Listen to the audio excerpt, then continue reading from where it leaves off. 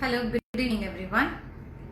As I informed everybody this morning that today I'm going to talk about sleep and stress.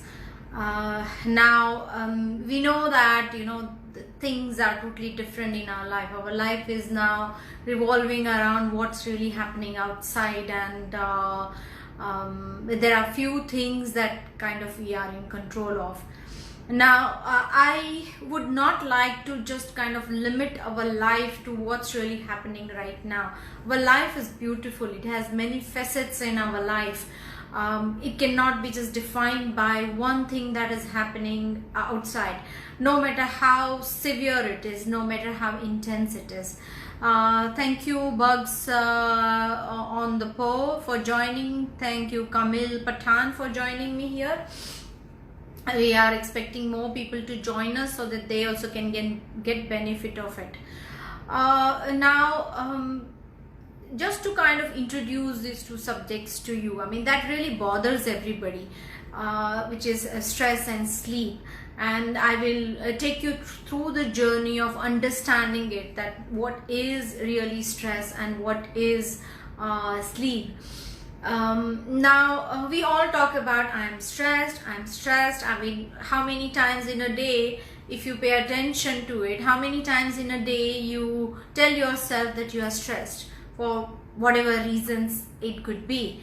Now, stress is generally, it's a natural response. It's a natural response of our mind towards what it thinks that it is dangerous. Yeah. Now let me give you an example. For example, if I see a spider, I don't really have any feelings or emotions attached to it because I don't think it is dangerous. But while if somebody has fear of spider, they may think that their mind thinks that it is dangerous and they can have a fear response. So similarly, stress is a response to a feeling of being in danger in some way. Thank you, Kanti, for joining here. So stress is like a constant feeling of being in some kind of unsafe situation or in a dangerous situation, whether it is real or whether it is imagined or felt. It doesn't make a difference, because if a mind thinks, or if the mind has been thinking that way, or is programmed to think that this is dangerous, this is not safe, that's the response it will give to our life, or in a behavior or in an action in that order. Now, what happens in a stress response? Now let's understand that how animals really respond. For animals, it's like there's a tiger chasing an antelope, and the job of the antelope, or the kind of the fear that the antelope has, it starts running and it wants to save its life. So what's happening inside the body of this antelope is that the fear within the antelope releases stress hormones, which are generally cortisol and adrenaline. There are other ones as well, but these two are major ones. So similarly, in our life as well, we have cortisol and adrenaline releasing from our body, from various glands, which gives us an immediate shot of energy in the body, because it rapidly starts breaking down the sugar in the body, increasing the heart rate, sending the blood everywhere in the body, and increasing our BP, blood pressure and all that. Now, all of this is considered as a stress response. Now, unlike animals, we don't have a switch where we can just switch it off and say, now the stress response is over, the danger is over, let's shut the system down. It doesn't happen like that in our life. Thank you, Vijay, for joining. Thank you, Life Stutter Free, for joining us. Evergreen Business, thank you for joining. Hi, thank you for joining us today here. Yeah, so this is actually the stress that I'm talking about. That stress is a response in response to a thinking or a feeling of our mind that something is in danger or something is dangerous, or you are in an unsafe situation. Thank you, Bhavesh, for joining. Thank you, Shifa, for joining us with me today. Okay, so there are two types of stress, I would call it. One, I would call it a phase stress, which happens. There are like 4 different reasons for which we may feel stress in our life.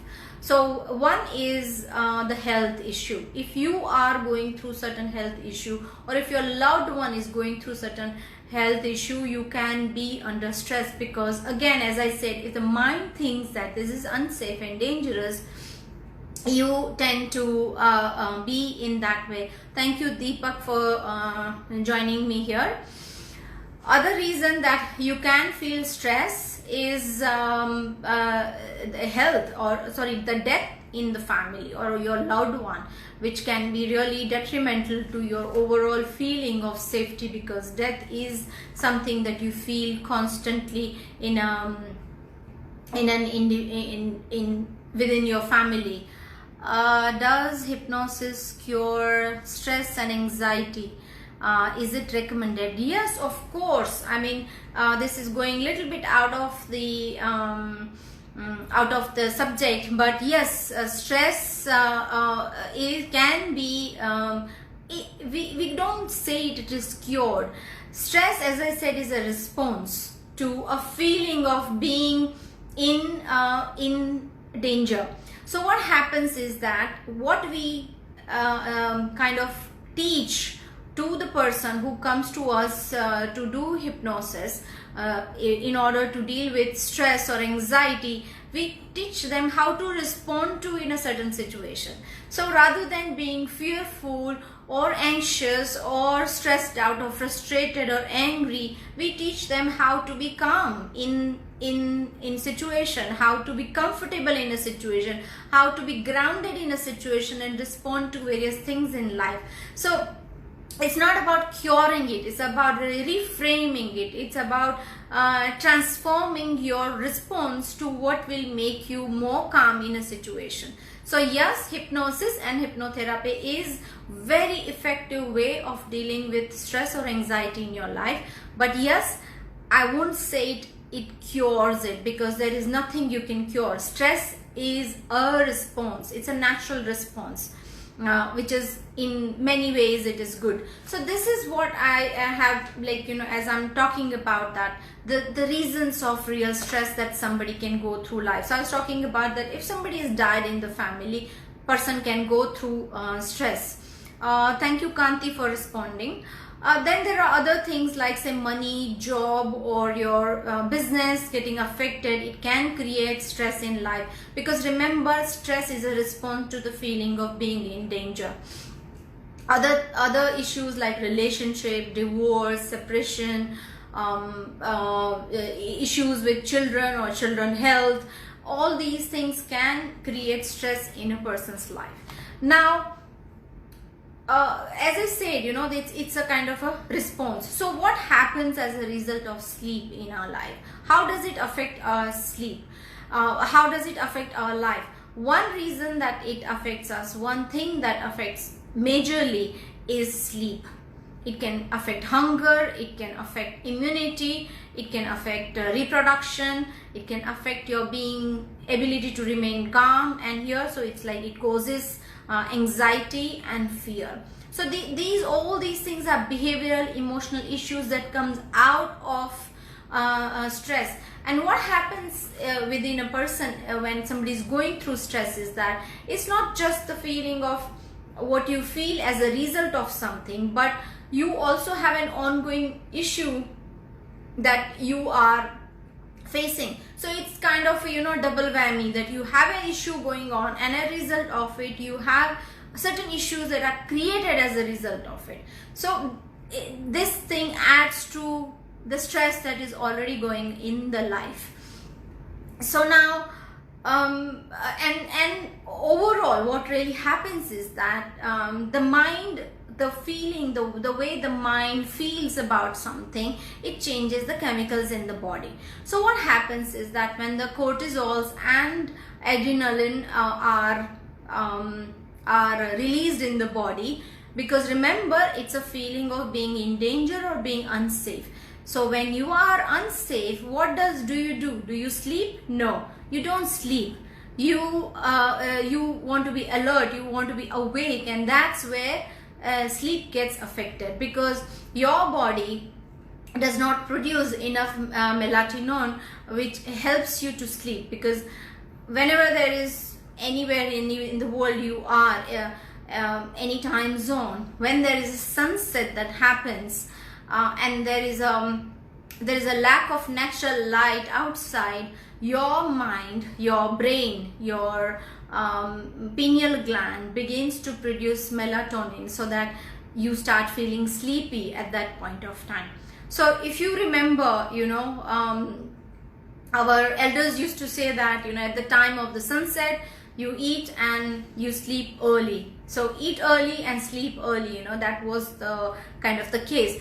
But you know how things are. Our city life is completely different. But at the same time, you can make a choice about how you want to deal with your life, because this is your life. Your life matters. We talk about this one's life matters or that one's life matters. What is more important is that your life matters. There is one question that is coming up: instead of sleep causing stress, is it also possible for stress to affect the sleep pattern? Yes, of course. Sleep doesn't cause any stress. Is as a result of stress you cannot sleep, because as I said earlier, the chemicals in the body doesn't allow you to fall asleep. And stress to affect the sleep pattern. Yes, the stress can affect the sleep pattern. So I'm going to now talk more about how it affects your sleep. Okay, now sleep is known as a circadian rhythm. Now you can read about it online. What is circadian rhythm? But in a nutshell, it is a cycle of sleeping and getting up in the morning, or whatever time that you sleep and wake up. So that's called circadian rhythm, and our body is attuned to sleeping and waking up at a particular point of time. So sometimes many people don't even need alarm to wake up, and they can immediately they can wake up at the time that they decide, because their body knows when it's kind of time to sleep and time to get up. So these are like waking up and sleeping cycles. A good night's sleep will wake you up very fresh, alert in the morning, isn't it? You feel more energetic. If you have a good sleep in the night, you feel more energetic, you feel more alert, and you feel fresh. So now what happens when you have stress and as a result of it you cannot sleep? So there are two kinds of sleeping disturbance that happens. One is that you can't fall asleep, or if you fall asleep, you get up in the middle of the night, maybe in the middle of the night, and then you can't fall back to sleep again. So this is one kind of issue that happens because of the sleep. Now many people will say that, oh, I'm suffering from insomnia. Now stop labeling yourself first of all with all these words. You may be suffering from insomnia, but always check it with the doctor before you label yourself with these things. So stop labeling yourself. So first of all, there could be two kinds of sleep issues. Is that you can't fall into sleep, or if you sleep but you wake up in the night and then you cannot fall back to sleep again. So there is one kind of issue. The other kind of issue can happen because of the stress or any other things going on in your life is disturbed sleep. Now, disturbed sleep is a very not very talked about issue, because many a times people fall asleep, they sleep through the night, but when they wake up in the morning, they are very exhausted, very, very tired, because of all that which is going on in their mind due to stress, because their body is still producing a lot of cortisol and melatonin and other stress hormone, but at the same time the person is physically exhausted and is just kind of wanting to go to sleep. So the person has slept, but now is all those thoughts and emotions and all that thing is like really going on in the person's mind. So disturbed sleep is, again, it's a very unspecified or undiagnosed kind of a problem, yeah, and many people really suffer with that. There is another question coming up, is that doesn't melatonin and adrenaline get harmful drug causing harm to the body? These are natural hormones which we need in order to break down our metabolism, breakdown of sugar in the body. So these are all naturally producing hormones and the chemicals in the body. So it doesn't really create harm when it is produced within the body, because body knows how much we need to produce. It is harmful when you may be taking it from outside, or if you are undergoing stress over a long period of time and you have more adrenaline going on, more cortisol going on in your body, then it is harmful. Because remember, these hormones will put all the other functions, like as I said before, sleep, hunger, immunity, reproduction, and all of that aside. All these functions are not important when the mind thinks that this is dangerous.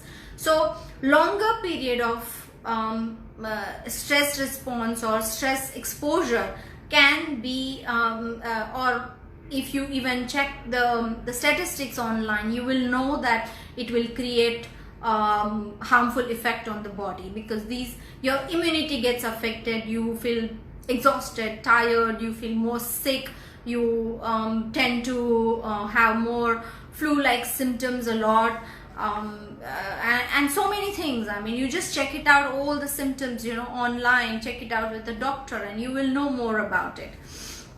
I have another question coming up, and which says that suppose if we take daily late night for work and in the morning still fresh, then is it harmful to health? Because overall we get 4-5 hours of sleep only. Now Mahesh, there is nothing called a one size fits all.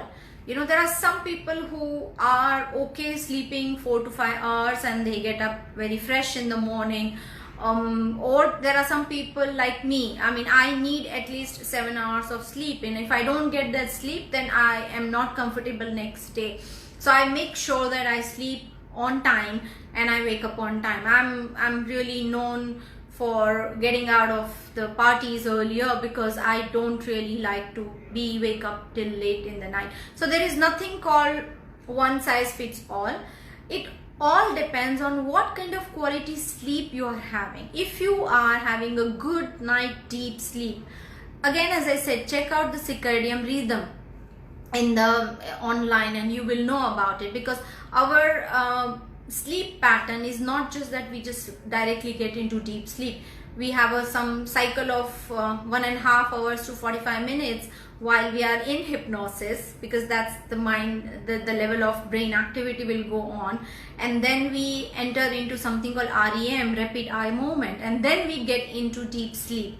And then again in the morning when we wake up, we follow the same pattern of REM, where most of the time we dream about things. Now, many things happen while we are asleep, First of all, melatonin is something is known to help you break down your sugar in the body. So good sleep will help you break down the sugar in the body, and your overall metabolism is taken care of. The other thing it does is that while you are in deep sleep, your unconscious mind, the body, the autopilot body, actually it kind of reconsolidates everything. It works on immunity, it works on repair in the body, maintenance of the body. And that's the reason when you wake up with a good night's sleep, you feel fresh, alert and energetic in the morning. So that's something that really happens.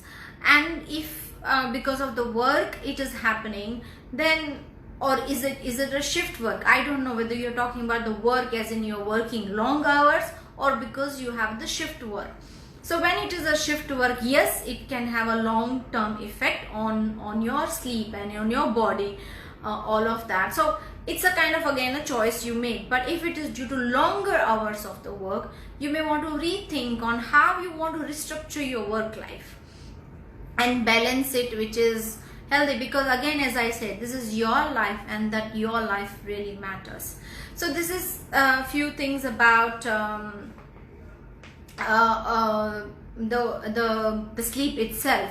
Now again, when you are going through, you know, that disturbed sleep, and you wake up tired and exhausted, you may want to kind of rethink about what's really going on in your life.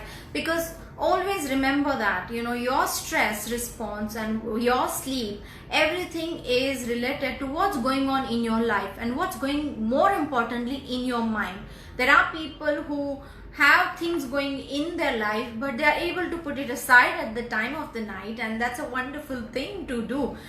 And then next day you kind of, you know, catch up. They have a good night's sleep, and next day they begin to kind of respond.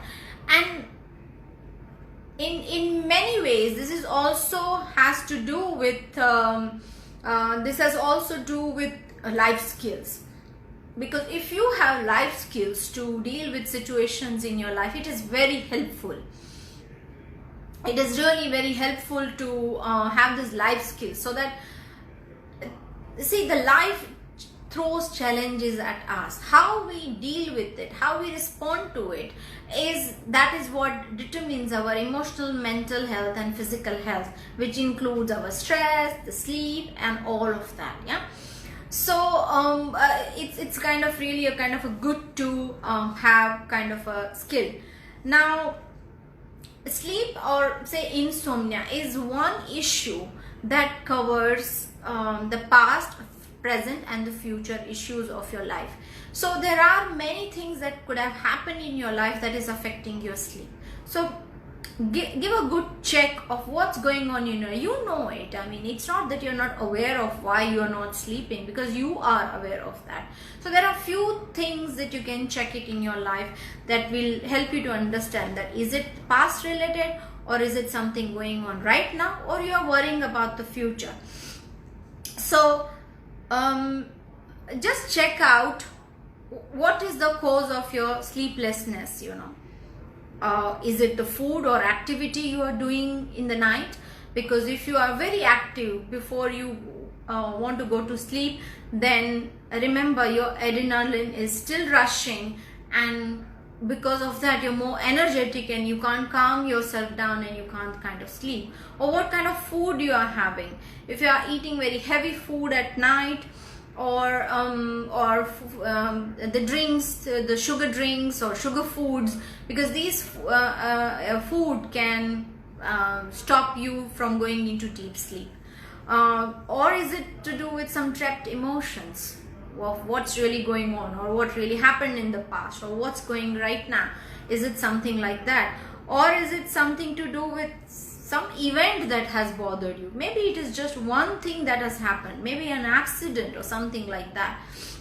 Or maybe you were witness to something that happened to your life. Hi Puneet, Deepak, Yognik for joining us. Thank you.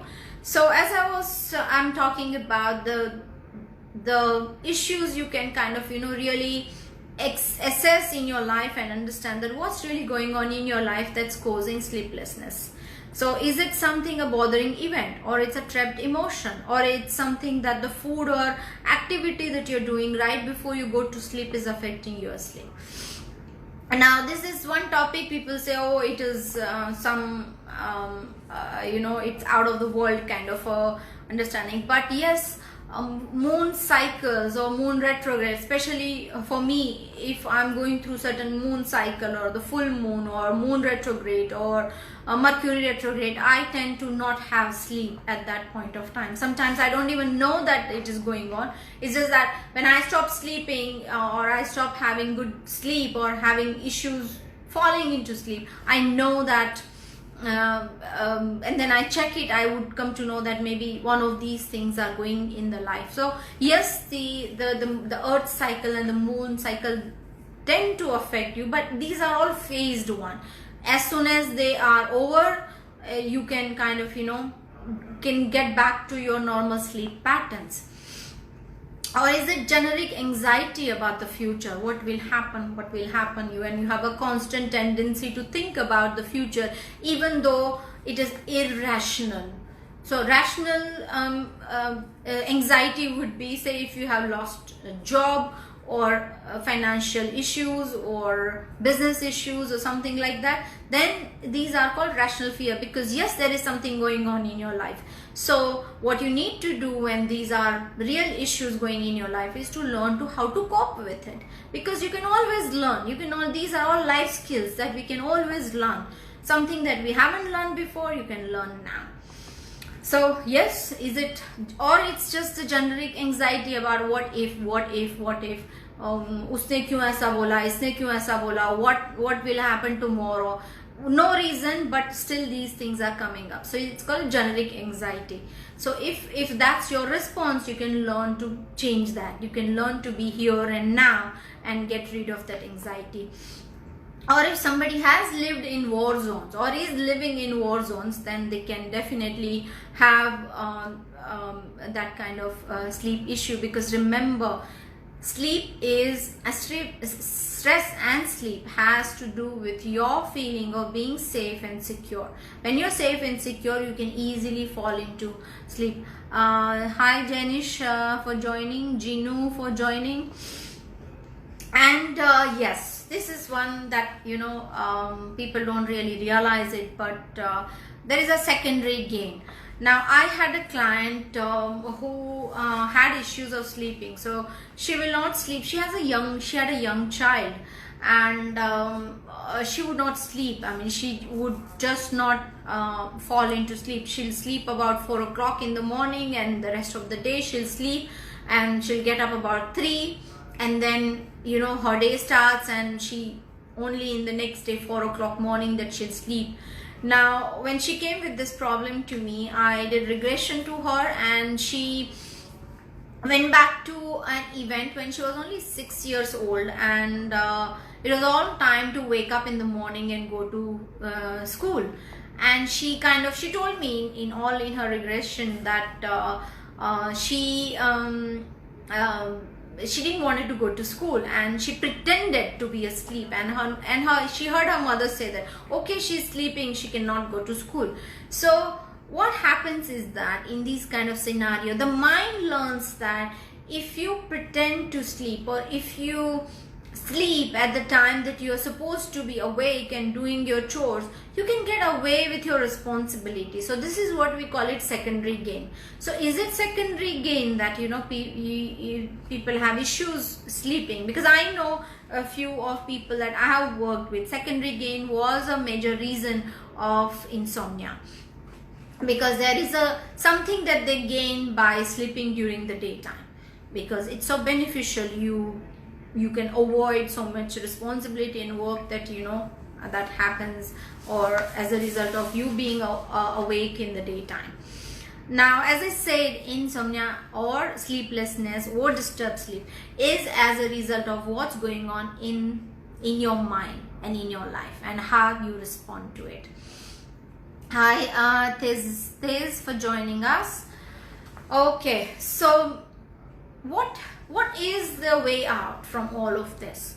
There is one thing that is simple way out, is that you can learn to change, shift, rewire, reprogram your stress and sleep response. So when you learn your life skills, when you learn to deal with your stress, you automatically be in the health zone or in a healthy lifestyle, and you can learn to be stress free and sleep well.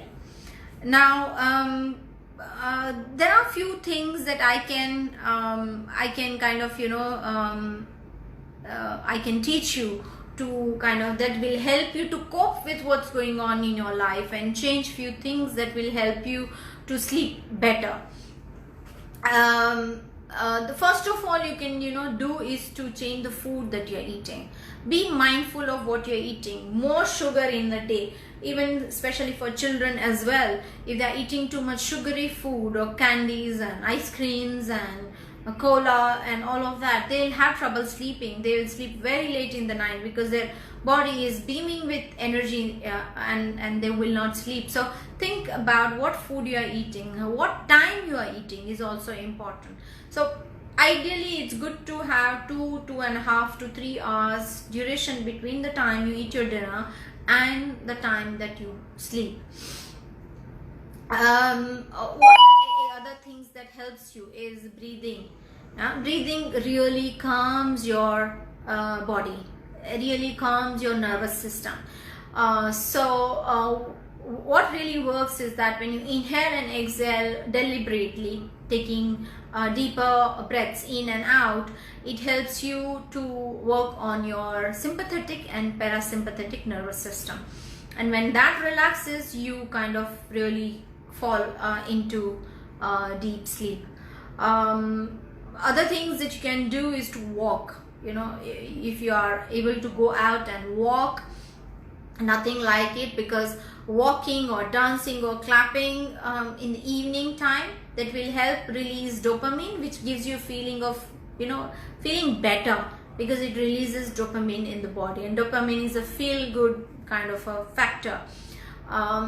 So that helps you to feel better, and as a result you can fall asleep. But not doing it right before you want to go to sleep, because otherwise you will have more energy and you will not have ability to kind of go into sleep. Okay. Other things that you can do, if you're too much worried about things that you need to do or want to do, then you can have a kind of a pad next to your bed. Write it down what you need to do and do it next day, so that you have a cycle of completing things that you need to do, because our mind likes to complete something, and when that completes, you feel the satisfaction and the dopamine release happens. So do that, and promise yourself that you will attend to all of this in the night, so that your mind is not looking for things that is not incomplete, because that's what really happens in disturbed sleeps, or the time when you wake up in the night and you start thinking about I need to do this, I need to do that, and then it goes into the thought loop. You can even listen to some calm music that helps you to sleep better. You can change the kind of the ambience in the house and in your bedroom, make it dark, make it dull, let it be cool and calm, not blaring TV going on or blaring music going on. So these things will help you. When you change the ambience, it will help you to put into the calmer state of mind, and you can go into sleep. And simply count down your activity as your day kind of goes by. When you have, say, like 7 or 8 onwards, just calm all the activity down. No need to do too many things after that. And when you do that, it will help you to kind of calm your body, calm your mind, and you can go to sleep.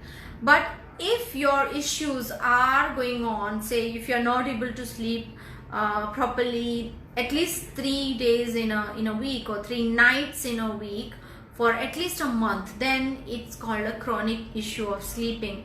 And when that happens, it's always good to take some help. Because remember, this requires reprogramming, rewiring of your subconscious mind to teach you how to respond to various things in life. You can easily learn, but what is really needed is that this is your life, and that matters. So take the things in your hand and help yourself learn these things if these things are going on in your life for quite a long time. So with that, this today's session ends, and I really hope that you really liked it. Comment on it, share it with your friends and family. Let them also get benefit of this talk about them, because this is about your mind and body. I have one question which is posted, so let me kind of read it. Into your examiner, war zone, is it possible that voice differentiation during sleep affect the quality of? Yes, it affects, when you have sudden voice. There are two types of voice that can happen while you are sleeping. One is a constant noise. So constant noise may not directly affect your sleep, but yes, it will affect the quality of the sleep that you are having. The other thing that affects is a sudden noise. So in war zone especially, the sudden noise is something that really disturbs. So if you are living in an area which is near the airport or near the train station or on the highway or near a major road or something like that, then that can affect the quality of your sleep, and you may wake up like that. But if it is just the sound of it, aspect of it, then you may go back to sleep, because it's just the sound that woke you up and not something that kind of disturbs you in the mind.